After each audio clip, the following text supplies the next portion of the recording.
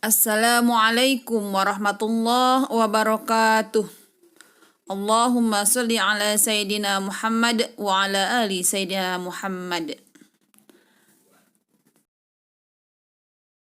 Apa kabar anak-anak? Alhamdulillah kita dapat bertemu kembali di pelajaran Al-Quran Hadis. Dalam semester ini, Ibu akan menjadi teman kalian dalam belajar Al-Quran dan Hadis. Sebelumnya, Ibu juga mau menyampaikan kontrak belajar kalian. Kontrak belajar dalam belajar Al-Quran itu yaitu 80% kehadiran kalian harus masuk. Kemudian tugas-tugas juga harus dikerjakan. Ada juga penilaian-penilaian, yaitu penilaian sikap, penilaian harian, penilaian tengah semester, ada penilaian akhir semester, ada tugas-tugas juga dinilai, keterampilan membaca kalian, kemampuan membaca, ada nanti penilaiannya, ada juga penilaian hafalan Al-Quran dan penilaian hafalan hadis. Itu semua perlu kalian perhatikan untuk mendapatkan nilai-nilai yang bagus serta ilmu yang Ibu sampaikan terserap dengan baik oleh kalian sehingga menjadi ilmu bermanfaat. Tolong diperhatikan ya. Selanjutnya yaitu materi. Materi yang akan kita pelajari dalam semester ini terdiri dari bacaan Al-Quran, terdiri dari tajwid, hadis, dan hafalan juz amma. Hafalan juz amma itu terdiri dari 2 surat saja ya untuk satu semester ini. Surah An-Naba dan An-Nazi'at. Tapi bagi anak-anak yang hafalannya sudah banyak, Ibu juga menerima hafalan kalian, setor hafalan. Bagi yang sudah misalkan juz 29 bisa kalian lanjutin di juz 29, tapi tetap untuk penilaian kalian juga setor dulu surah An-Naba sama An-Nazi'at. Kemudian juga ada hafalan hadis, ada beberapa hadis-hadis pendek nanti Ibu berikan untuk kalian hafal, dan ada juga ilmu tajwid. Ilmu tajwid juga nanti kita akan belajar bersama. Itu saja yang materi yang akan kalian dapat dalam semester 1 ini. Adapun keutamaan bagi orang yang belajar Al-Quran, orang yang mengajarkan, dan bagi orang-orang membaca Al-Quran juga sudah tertulis dalam Al-Quran keutamaannya dan hadis-hadisnya sebagai berikut. Allah berfirman dalam surah Al-Muzammil ayat 4, warattilil Qur'ana tartila, dan bacalah Al-Quran itu dengan tartil. Tartil di situ maksudnya bacaannya tidak tergesa-gesa, harus jelas makhrajnya sesuai dengan ilmu tajwidnya. Jadi dalam membaca Al-Quran itu anak-anak beda sekali dengan membaca koran, membaca buku, tetapi Al-Quran itu ada kaidah-kaidah dalam membacanya. Rasulullah Shallallahu Alaihi Wasallam bersabda, khairukum man ta'allamal Qur'an wa 'allamah. Sebaik-baiknya kalian adalah orang yang belajar Al-Quran dan mengajarkannya. Bagi kita berarti mudah-mudahan kita termasuk orang-orang yang luar biasa, orang-orang yang sebaik-baiknya. Kemudian hadis lain mengatakan sesungguhnya orang yang paling utama di antara kalian adalah orang yang belajar Al-Quran dan mengajarkannya. Jadi tetap semangat anak-anak, walaupun kita belajar jarak jauh, kalian tetap semangat, perhatikan tugas-tugasnya, tetap rajin ngajinya. Semoga kita nanti bisa berkumpul bersama Rasulullah Shallallahu Alaihi Wasallam. Keutamaan lain juga terkandung di dalam hadis Rasulullah yang berbunyi, Iqra'ul Qur'an fa innahu ya'ti yaumal qiyamah syafi'an li ashabih. Bacalah oleh kalian Al-Quran, karena Al-Quran akan datang pada hari kiamat kelak sebagai pemberi syafaat bagi orang-orang yang rajin membacanya. Masya Allah ya, luar biasa. Jadi tetap semangat, tetap rajin membacanya agar kelak menjadi penolong bagi kita.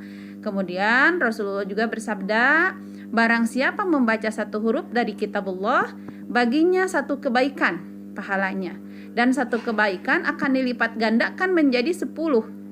Aku tidak mengatakan alif, lam, mim itu 1 huruf, kata Rasulullah, akan tetapi alif 1 huruf, lam 1 huruf, mim 1 huruf. Jadi luar biasa pahalanya ya anak-anak dalam membaca Al-Quran.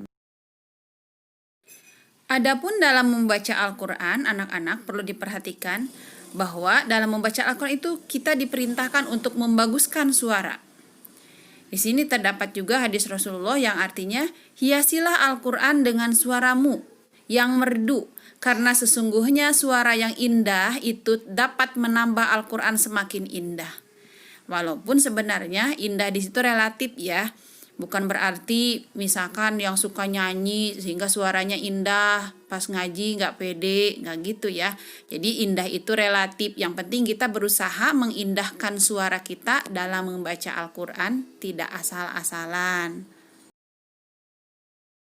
Itu tadi kita sudah mengetahui keutamaan-keutamaan membaca Al-Quran. Sekarang Ibu akan menjelaskan tingkat-tingkat dalam membaca Al-Quran. Dalam membaca Al-Quran itu ada 3 tingkatan ya. Yang pertama yaitu tingkat mu'allam. Yang kedua murattal, yang ketiga mujawwad. Tingkat mu'allam yaitu tingkat yang paling dasar. Biasanya tingkat mu'allam ini dipakai untuk tingkatan yang paling rendah, yang masih baru belajar. Biasanya dikedepankan yaitu dalam pengucapan huruf-huruf. Misalkan A'udzu billahi minasyaitonir rajim. Bismillahirrahmanirrahim. Nah, seperti itu Bu Alam. Tingkatan yang kedua yaitu murattal. Kalau murattal itu sudah ada iramanya. Contohnya, misalkan murattal dengan lagu Bayati. A'udzu billahi minasyaitonir rajim. Bismillahirrahmanirrahim. Alhamdulillahi rabbil alamin. Seperti itu kurang lebih.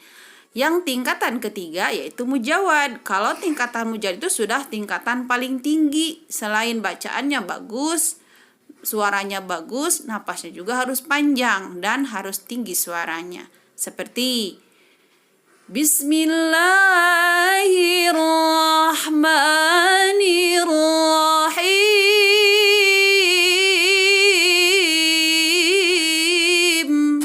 Nah, kurang lebih seperti itu anak-anak. Contoh dari mujawwad.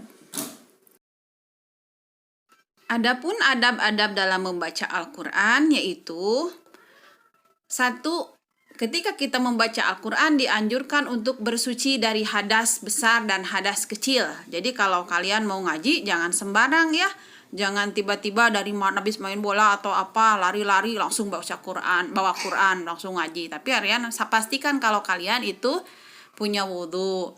Kemudian yang kedua mencuci mulut atau menggosok gigi atau bersiwak. Jadi jangan mulutnya penuh makanan, kalian ngaji misalkan. Jadi nanti ngajinya sambil nelan-nelan makanan ya.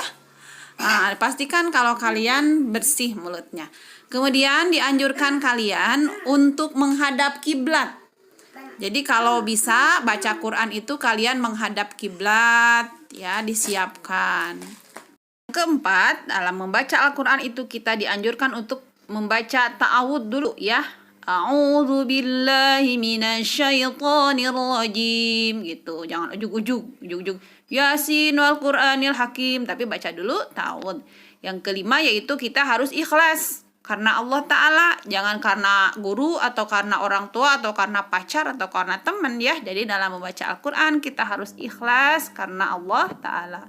Kemudian yang keenam, kita harus menghadirkan hati. Menghadirkan hati artinya kita harus konsentrasi penuh bahwa kita sedang membaca Al-Quran, kita sedang bertemu dengan Allah, kita sedang membaca kalam Allah. Jadi harus konsentrasi, jangan sambil mikirin apa-apa atau maca Qur'ana dina HP bari ngaWA jeung temen, jangan ya. Tapi harus konsentrasi penuh kalau kita sedang membaca Al-Quran. Yang ketujuh, dalam membaca Al-Quran kita harus sambil mentadaburi atau merenungkan isi kandungannya. Kalian baca isinya ini ngebahas tentang apa, kalian bisa ambil pelajarannya dari apa yang kalian baca. Kemudian yang kedelapan, berusaha agar khusyuk sampai tersentuh hati kita ketika membaca. Jadi benar-benar khusyuk ya. Yang 9, memperindah suara ketika baca Al-Quran. Nah, itu juga memperindah suara baca Al-Quran itu kita bisa menambah kekhusyuan kita terhadap Al-Quran. Ada membaca Al-Quran itu yang ke-10 yaitu membaca dengan menggunakan Al-Quran atau mushaf. Yang ke-11, Al-Quran tidak diletakkan di lantai atau di bawah tanah, tapi pakai alas ya. Kalau bisa kalian pakai rekel Al-Qurannya. Kemudian yang ke-12, membaca di tempat suci. Maksudnya kalian dianjurkan jangan di tempat yang kotor dalam membaca Al-Quran. Misalkan ngaji nih di dekat sampah, nah jangan ya. Tapi ngajilah di tempat yang bersih, yang kalian anggap bersih. Baiklah anak-anak, Ibu sudah sampaikan semua yang berhubungan dengan pelajaran Al-Quran. Ibu juga sudah menyampaikan keutamaan yang membaca Al-Quran, tingkatan membaca Al-Quran, juga adab-adab dalam membaca Al-Quran. Sekarang waktunya penugasan. Tugas dari Ibu, silahkan kalian kirim voice note ke Ibu bacaan surah An-Naba ayat 1 sampai 5. Ya. Kalian share aja di grup, nggak apa-apa, di grup kelas kita, di grup Al-Quran Hadis. Ibu tunggu ya. Kerjakan sebaik mungkin. Itu saja dulu yang dapat Ibu sampaikan dalam pertemuan kali ini. Sampai bertemu di pertemuan berikutnya. Kita akhiri dengan sholawat. Allahumma salli ala Sayyidina Muhammad wa ala ali Sayyidina Muhammad. Allahumma salli ala Sayyidina Muhammad wa ala ali Sayyidina Muhammad. Allahumma salli ala Sayyidina Muhammad wa ala ali Sayyidina Muhammad. Assalamualaikum warahmatullahi wabarakatuh.